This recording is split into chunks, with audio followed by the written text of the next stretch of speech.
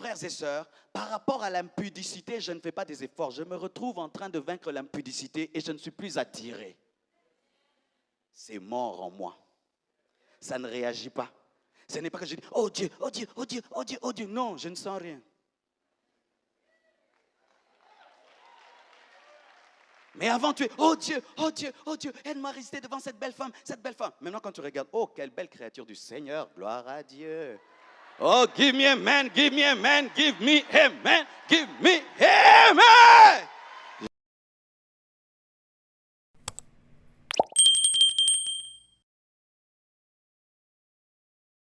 Peut nous accorder. Alors que j'étais en train de prier, demander à Dieu de me donner un message pour vous et pour moi-même, le Seigneur m'a dit, parle de la gloire en termes de victoire sur la loi du péché. Dites la loi du péché. La victoire sur la loi du péché. Romains 7 est écrit par un grand homme de la Bible. Pour ma part, c'est le plus grand apôtre de Jésus-Christ, Paul. C'était un grand érudit et avant sa conversion, c'était un homme qui était versé dans la loi juive. C'était un homme pieux. Jésus-Christ ne l'a pas trouvé dans une boîte de nuit. Jésus-Christ ne l'a pas trouvé avec une prostituée. Jésus-Christ ne l'a pas trouvé dans le péché selon nous. Il était en train de servir Dieu, mais servir Dieu religieusement. Et lorsque Paul parle dans Romains 7, il parle d'une réalité terrible dans la spiritualité de l'homme. Quelle est cette réalité? C'est cette réalité que nous ressentons la plupart des temps. Tu veux faire le bien et tu sais que le bien est bien, tu sais que le péché est péché, mais malgré toi, tu te retrouves en train de commettre le péché. Tu fais des efforts pour te sortir du péché et une semaine après, tu te retrouves dans le même péché. Plus tu écoutes la parole, plus on te présente la loi de Dieu, plus tu t'engouffres dans le mal comme si les prédications et la connaissance de la parole sont là pour te stimuler à pécher. Beaucoup d'hommes et de femmes luttent ainsi, des années et des années, en train de rechercher la victoire sur le péché. Ils connaissent la loi de Dieu, ils connaissent les 10 commandements, ils savent que Dieu a dit « tu ne commettras pas l'adultère », ils savent que tu ne vas pas convoiter, tu ne vas pas mentir, tu ne feras pas des faux témoignages, mais malgré la connaissance qu'ils ont de la parole, ils s'engouffrent dans le péché. Et lorsque même ils n'ont pas une connaissance spirituelle de la parole qui est gravée dans leur conscience, leur prêche, mais malgré la connaissance, ils continuent à pécher. Ils vont à l'église, ils fréquentent des hommes de Dieu, ils entendent des prédications, mais leur vie n'est pas semblable à la connaissance qu'ils ont. Une vie qui est remplie de culpabilité. Tu luttes et tu luttes contre un péché au point où tu perds même la foi. Tu ne crois pas que tu peux sortir de ce péché. Et au point même tu commences à dire, il se peut que d'autres personnes sont appelées à aller au ciel. Moi, je suis un condamné. Tu te hais toi-même. Comment je n'arrive pas à sortir de ce péché? Je sais que c'est le mal, je sais que c'est le péché, mais comment je n'arrive pas à sortir de ce péché? La loi du péché. Ton esprit t'attire vers Dieu et la chair te pousse vers le diable. Et tu sens en toi une dualité, une lutte entre deux natures. Tu aimes les choses de Dieu, mais tu aimes à la fois les choses de ce monde. Et lorsque tu te livres au péché, tu es culpabilisé pendant quelques instants, mais tu replonges encore. Et tu jeûnes, tu pries, certains même font des veillées de prière, ils prennent des décisions en pleurant, ils disent plus jamais, mais 2 mois après, ils retombent encore et ils vont à l'église, ils entendent un prédicateur dire, si tu vis dans le péché, tu iras en enfer. Et ils se disent, comment je vais faire? La réalité de l'homme face au péché. Bien-aimés frères, sœurs, tu n'es pas le seul à connaître cela. Le grand Paul a connu cela, le grand Paul. Et Paul, bien-aimé, accomplissait toute la loi de Dieu, mais il avait un problème au niveau de la pensée. Et c'est souvent ce qui arrive à certaines personnes qui arrivent à vivre dans la justice. Il n'a pas donné sa vie à Jésus-Christ, mais il ne vole pas. Il y a des gens comme ça. Il n'a pas donné sa vie à Jésus-Christ, mais c'est un homme honnête. Il y a des gens comme ça. Il ne va pas à l'église, mais il est correct. Paul était ainsi. Il n'avait pas donné sa vie à Jésus-Christ. Et par la loi, il arrivait à obéir à plusieurs choses. Mais il y avait un problème en lui, la convoitise. La convoitise. Car il est possible de ne pas mentir, mais dans son cœur d'avoir des pensées impures. Il est possible d'être correct face à la loi, mais dans son cœur. Car l'homme véritable, ce n'est pas ce qu'il fait, c'est ce qu'il pense. Ce qu'il pense. Ainsi, extérieurement, Paul était bon, mais au-dedans, il vivait dans la convoitise. Il avait des mauvaises pensées. Il avait des choses qu'il ne pouvait pas dire, des choses qu'il ne pouvait révéler, malgré qu'il vivait extérieurement selon la parole de Dieu. Bien-aimés frères, sœurs, quel est ton cas? Lorsque tu vois la parole, lorsqu'on te présente la loi de Dieu, est-ce que tu arrives à l'accomplir? Aucun homme ne peut. Aucun homme ne peut accomplir la loi de Dieu. Et c'est là souvent qu'il y a le problème dans notre spiritualité. C'est que nous voulons accomplir la parole de Dieu par nos propres efforts alors que l'homme est incapable de pratiquer la parole de Dieu. Ça paraît bizarre, mais j'aimerais vous dire que l'homme est incapable de satisfaire la parole de Dieu. Moïse était un homme de Dieu bien.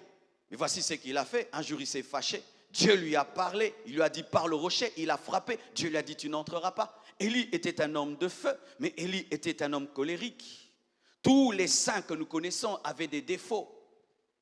Comment arriver, mes frères et sœurs, à obéir à la parole de Dieu? La réponse n'est pas en toi. Tous les efforts humains que tu feras, te discipliner, prendre des décisions et des décisions, tu retomberas encore et tu retomberas encore et tu retomberas et tu retomberas jusqu'à ce que tu seras fatigué de tes efforts. Et d'ailleurs, tu es déjà fatigué. L'homme qui cherche à accomplir la parole de Dieu par ses propres efforts, c'est comme un bateau qui jette l'ancre en lui-même. Qui jette l'ancre où en lui-même? C'est un malade qui veut se soigner alors qu'il est mourant. Tous tes efforts pour sortir de l'impudicité, du mensonge, de tes convoitises seront soldés par zéro. Tu retomberas et tu retomberas et tu retomberas encore parce que Dieu voudra te prouver que la chair ne peut accomplir sa parole. Ça te paraît bizarre? Car souvent, lorsque nous prêchons à l'église, nous prêchons la loi au lieu de prêcher l'évangile. Car il y a une différence entre la loi et l'évangile. La loi te dit de faire, mais ne te donne pas la force. Mais l'évangile te dit de croire en quelqu'un d'autre et te donne la force d'obéir à la parole. Connaître la parole de Dieu sans avoir la force de pratiquer la parole de Dieu ne fera que te culpabiliser. Plus tu connaîtras, plus tu seras culpabilisé, car la connaissance de la loi ne te révèle que ton péché, mais ne te donne pas la force d'obéir à la loi. C'était ça le problème de Paul. Et pas seulement le problème de Paul, le problème de l'homme face à la parole de Dieu. Je me souviens quand j'étais païen, quand je faisais le mal, je savais que c'était le mal. Je me souviens même, lorsque je regardais les chrétiens, je disais, ils iront au ciel, j'irai en enfer. Ma conscience me le disait, mais je n'avais pas la force de faire ce que je savais. Ce n'est pas que je suis en train de t'excuser pour que dire, oh, mais Dieu l'a dit, donc j'y arrive pas. Non, ce n'est pas ce que je te dis. Mais ce que je te dis, c'est qu'arrête de faire des efforts charnels. Tu en as suffisamment fait, mais voilà que tu retombes toujours. Pourquoi? Le léopard ne peut lui-même changer son pelage. Il est acheté naturellement et il peut se gratter contre un arbre, il aura toujours un pelage tacheté. Et l'homme est naturellement pécheur. L'homme est né dans le péché. Il n'y a pas d'école pour mentir. Il n'y a pas l'école de l'impudicité, de l'orgueil, de l'égoïsme, de la méchanceté. Nous naissons méchants, nous naissons égoïstes, orgueilleux. Regardez les enfants, comment ils mentent très jeunes. Ils sont orgueilleux très jeunes. Ils sont méchants méchants très jeunes. Il n'y a pas une école pour être méchant. C'est en nous. Depuis qu'Adam et Ève ont péché, ils engendrent des hommes courbés vers le mal, qui sont naturellement pécheurs et qui n'ont besoin de rien pour commettre le péché. Et même quand le diable vient nous tenter, il ne vient pas engendrer le péché en nous. Il vient pousser le péché qui est en nous à se manifester rapidement. Quelle est la nature de l'homme et l'état de l'homme? C'est pourquoi des fois quand nous prêchons l'évangile, les gens ne se convertissent pas parce que nous pensons prêcher l'évangile alors que nous prêchons la loi. Si je te dis abandonne l'impudicité, c'est bien, mais je n'ai pas fini mon message, car te dire abandonne l'impudicité ne te révèle que ton péché mais ne t'a pas sauvé. Si tu dis à un malade, tu es malade, tu lui as révélé sa maladie mais tu ne l'as pas soigné. Jésus n'est pas venu révéler la maladie du monde. Il est venu pour soigner, guérir, libérer, transformer. Et c'est ce qu'il fera ce soir. J'aime ce qu'un écrivain a dit. Il a dit ceci. La loi est un thermomètre, mais la croix est un thermostat. Le thermomètre te révèle ta température, mais ne gère pas la chaleur. Mais le thermostat gère la chaleur. La loi te dit le péché c'est mal, mais l'œuvre de la croix vient maintenant te permettre de dominer le mal. En soi, ce que je suis en train de te prêcher, c'est un miracle. Je ne suis pas venu te prêcher une discipline. Je ne suis pas venu te prêcher tes propres efforts. Je suis venu te présenter une personne qui, elle, a accompli ce que tu n'accomplis pas. Jésus. Oh, alléluia. Oh, Christ en moi, l'espérance de la gloire. Comment Christ en moi est l'espérance de la gloire? Comment? Voici. Lorsque l'humanité tout entière était incapable d'accomplir la parole de Dieu, de Moïse jusqu'à Jacob, Abraham, tous, David, tous, était incapable d'accomplir la parole de Dieu. Dieu a envoyé son propre fils. Il n'est pas venu comme un esprit. Il est venu comme Adam. Il est venu comme David. Il est venu comme Abraham. Et là où Abraham a échoué, là où David a échoué, Jésus-Christ est venu et il a accompli toute la parole de Dieu. Et en accomplissant la parole de Dieu, Jésus-Christ a fait un chèque à blanc. Disant, quiconque croira en moi recevra ce que j'ai fait sans l'avoir fait. Oh, quiconque croira en moi recevra ce que j'ai fait sans l'avoir fait. Ainsi, nous mourrons sans mourir pour vivre. Oh, je vais t'expliquer. Voici. Jésus-Christ est venu et il est mort pour accomplir la loi. Car la loi réclamait la mort de tous ceux qui désobéissent, mais lui, il est mort, non pas par ses propres péchés, mais en portant les péchés des autres pour accomplir la parole pour toi. Ainsi, si tu es mort, la loi ne te concerne plus parce que la loi ne s'applique pas sur les morts. Est-ce que les morts sont concernés par le feu rouge? Est-ce que les morts sont concernés par la Constitution? Une fois que tu meurs, tu n'es plus concerné par la loi. Et ainsi, bien-aimé, tu n'es plus concerné par la loi. Car dans le corps de Jésus-Christ, tu es mort. Afin que tu vives non plus pour accomplir la loi, mais pour vivre dans l'amour et dans l'esprit. Ainsi, je ne cherche plus à accomplir la loi, mais je cherche seulement à vivre avec Christ. Mais si je vis avec Christ, j'accomplirai directement la loi. Car celui qui accomplit la loi est en moi. Je vais t'expliquer encore. Je suis un professeur d'université et j'aime beaucoup ma classe. Mais je sais qu'ils ne peuvent pas réussir et je me transforme en étudiant. Afin qu'ils puissent réussir à mon examen. C'est moi qui donne l'examen et je suis celui qui triche pour eux sans tricher pour eux.